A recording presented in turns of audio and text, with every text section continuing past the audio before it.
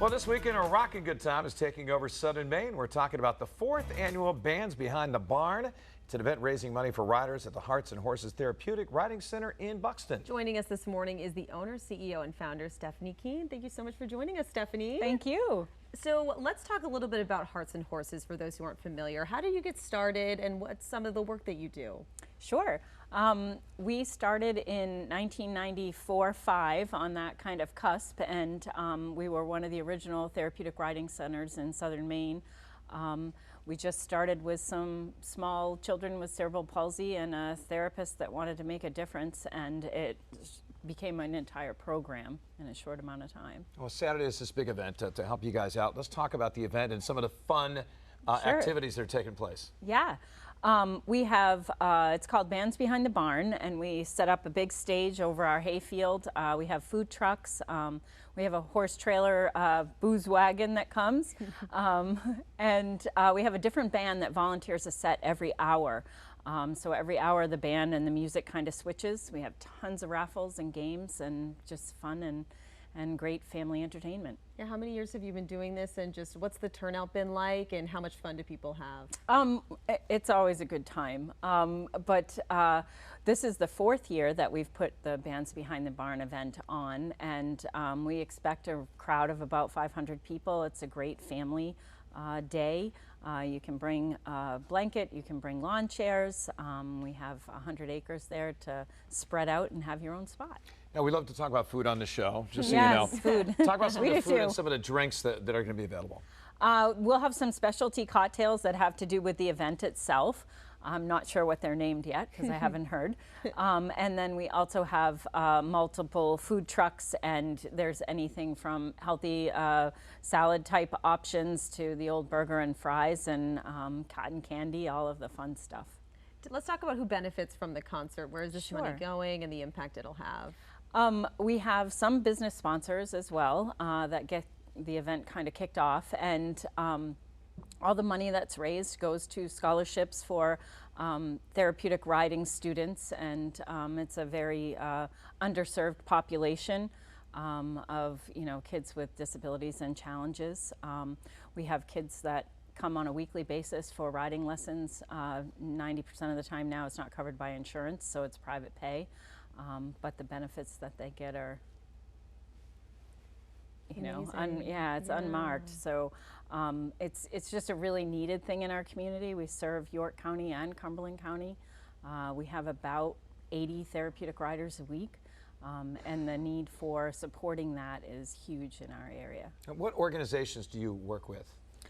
We work with some school departments, and mostly we just are now our private pay clients because they've changed so many rules with insurance and therapy now. What have you personally seen with this program, the impact it can have on the people who benefit from it? Is it about confidence? Like, how do they grow? Well, I would say we just started a little person. She was almost 2.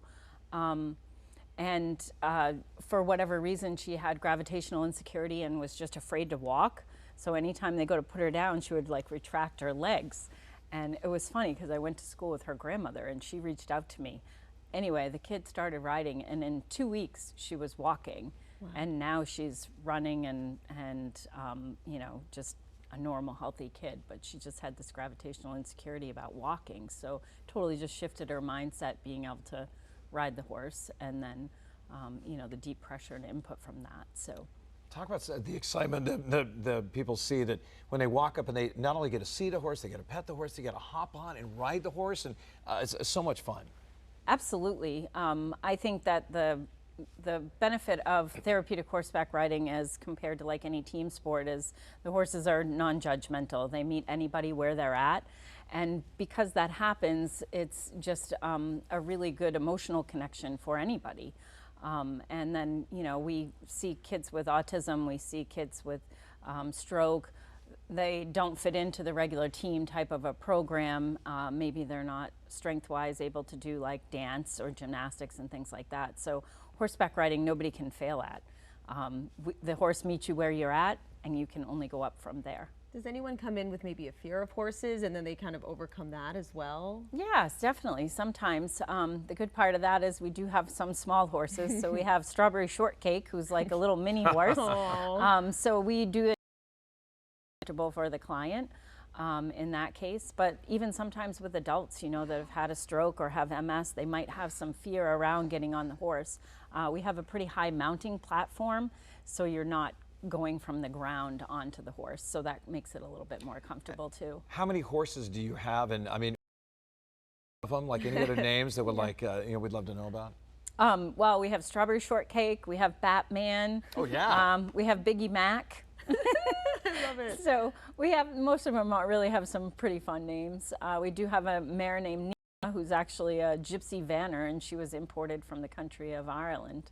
Wow. And named after the county of Nina. And she's one of our star therapy horses. Everybody loves her because gypsy vanners are known to have a very calm and easygoing temperament. But also, she's got feathers like a Clydesdale, kind of big, hairy, and she has a mane that almost touches the ground. Oh. So kids are always in love with the kind of the fairy tale of this horse, like the movie Brave was a gypsy horse. Oh my gosh, sounds beautiful. It's fun to have her in our program. And let's talk about some of the bands that we're going to hear on Saturday and the type of music we'll hear. We have a wide variety of music. We have Chris Lovett, who's an acoustic guitar player, and he plays just a whole mix of every cover band kind of stuff. We have the Laura Hudson Project, and that's a full band. We have the Lost and Found Band, and again, that's more of a country kind of thing. We have Two for Jackson. And they're a duet, and then we have Henry Lowry, who's kind of an up-and-coming country star in our area. Yeah, so folks that want to go to the event or actually maybe donate to your organization, where can they go? Sure, they can go right to our website, which is heartsmallletterNhorses.com. The event information is listed on the website, as well as a QR code to pre-purchase tickets if people wanted to purchase tickets ahead of time. All right, and let everybody know what time things kick off. Everything's going to kick off at 11:30 in the morning. We'll have bands going until 8 p.m. and people can come anytime during that. You can pay cash at the gate as well to get in.